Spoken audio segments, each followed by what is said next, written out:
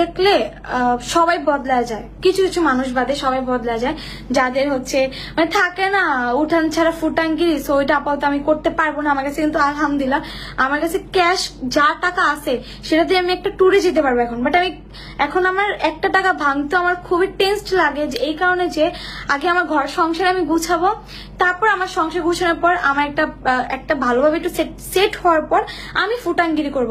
But আমি এখন আমার তো হাজবেন্ডের টাকা দেখে, গাড়ি দেখে, বাড়ি দেখে, ইউটিউবের নাম্বার 4 দেখে তো আমি আর বিয়ে করি নাই, যার কারণে আমার ফুটাঙ্গিরিটা আমার মানায় না, আর আমি ফুটাঙ্গি করতে এখন পারবো না। টাকা থাকলেও ফুটাঙ্গির এখন করতে পারবো না, কারণ আমার মাথায় এখন একটাই সেট আপ আছে। হয়তো আমার এজ কম, বাট আমার মেন্টালিটি দিক দিয়ে আমি একটু বেশি চিন্তা করি যে আমার অ্যাটলিস্ট সংসার লাইফটা যাতে আমার একটু ভালো থাকে, আমি যাতে আমার সংসার নিয়ে আমি হ্যাপিলি কাটাইতে পারি।